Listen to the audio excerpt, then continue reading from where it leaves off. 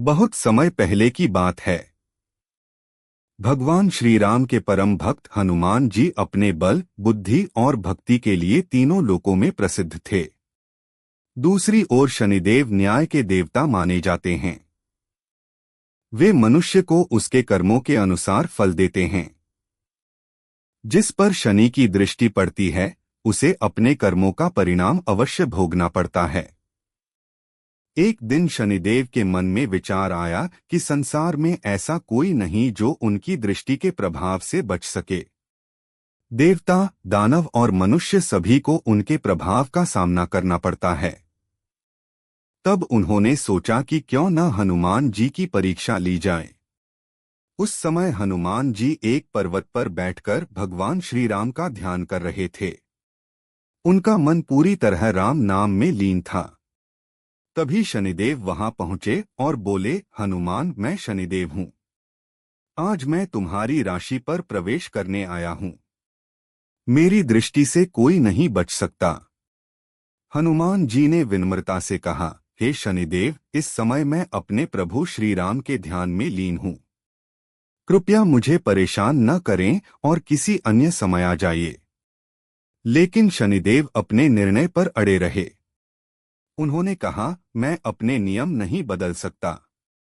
आज मुझे तुम्हारे ऊपर आना ही होगा। हनुमान जी ने फिर समझाया, मैं अभी भक्ति में लीन हूं। मुझे राम नाम जपने दीजिए, परंतु शनिदेव नहीं माने। वे बार बार हनुमान जी को चुनौती देने लगे।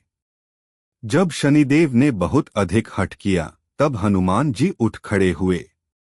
उन्होंने कहा, यदि आप नहीं मानते तो मुझे कुछ करना पड़ेगा। इसके बाद हनुमान जी ने अपनी विशाल पूंछ शनिदेव के चारों ओर लपेट दी। शनिदेव कुछ समझ पाते उससे पहले ही वे पूंछ में बंध गए। फिर हनुमान जी एक पर्वत से दूसरे पर्वत पर छलांग लगाने लगे। उनकी गति इतनी तेज थी कि शनिदेव बार बार चट्टानों और पहाड़ों से टकराने लगे। हर छलांग के साथ शनिदेव को चोट लगती गई। उनका शरीर घायल हो गया और वे दर्द से कराहने लगे। अब उन्हें अपनी भूल का एहसास होने लगा। उन्होंने समझ लिया कि हनुमान जी साधारण देवता नहीं, बल्कि अतुलनीय शक्ति और श्रीराम भक्ति के प्रतीक हैं। अंत में शनिदेव ने हाथ जोड़कर प्रार्थना की, हे पवन पुत्र, मुझे क्षमा कर दीजिए। मैंने आपके ध्यान में बाधा डालकर गलती की है। अब मैं कभी आपकी भक्ति में विघ्न नहीं डालूंगा। हनुमान जी का हृदय अत्यंत दयालु था। उन्होंने तुरंत शनिदेव को मुक्त कर दिया। लेकिन शनिदेव के शरीर पर बहुत चोटें लगी थीं।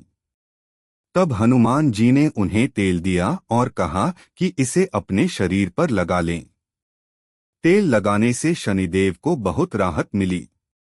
शनिदेव हनुमान जी की करुणा और महानता से अत्यंत प्रसन्न हुए।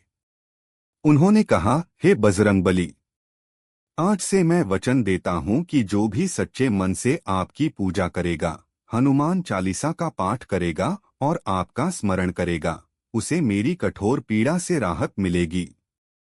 मैं उसके कष्टों को कम करूंगा। तभी से यह मान्यता प्रचलित हुई कि हनुमान जी की भक्ति करने वाले भक्तों पर शनिदेव विशेष कृपा करते हैं। इसलिए शनि की 7:30 या ढैया के समय लोग हनुमान जी की पूजा, हनुमान चालीसा का पाठ और सुंदरकांड का पाठ करते हैं। इस कथा से हमें शिक्षा मिलती है कि अहंकार चाहे कितना भी बड़ा क्यों न हो, भक्ति और विनम्रता के सामने टिक नहीं सकता। साथ ही यह भी सीख मिलती है कि सच्चे भक्त की रक्षा स्वयं भगवान और उनके प्रिय भक्त अवश्य करते हैं।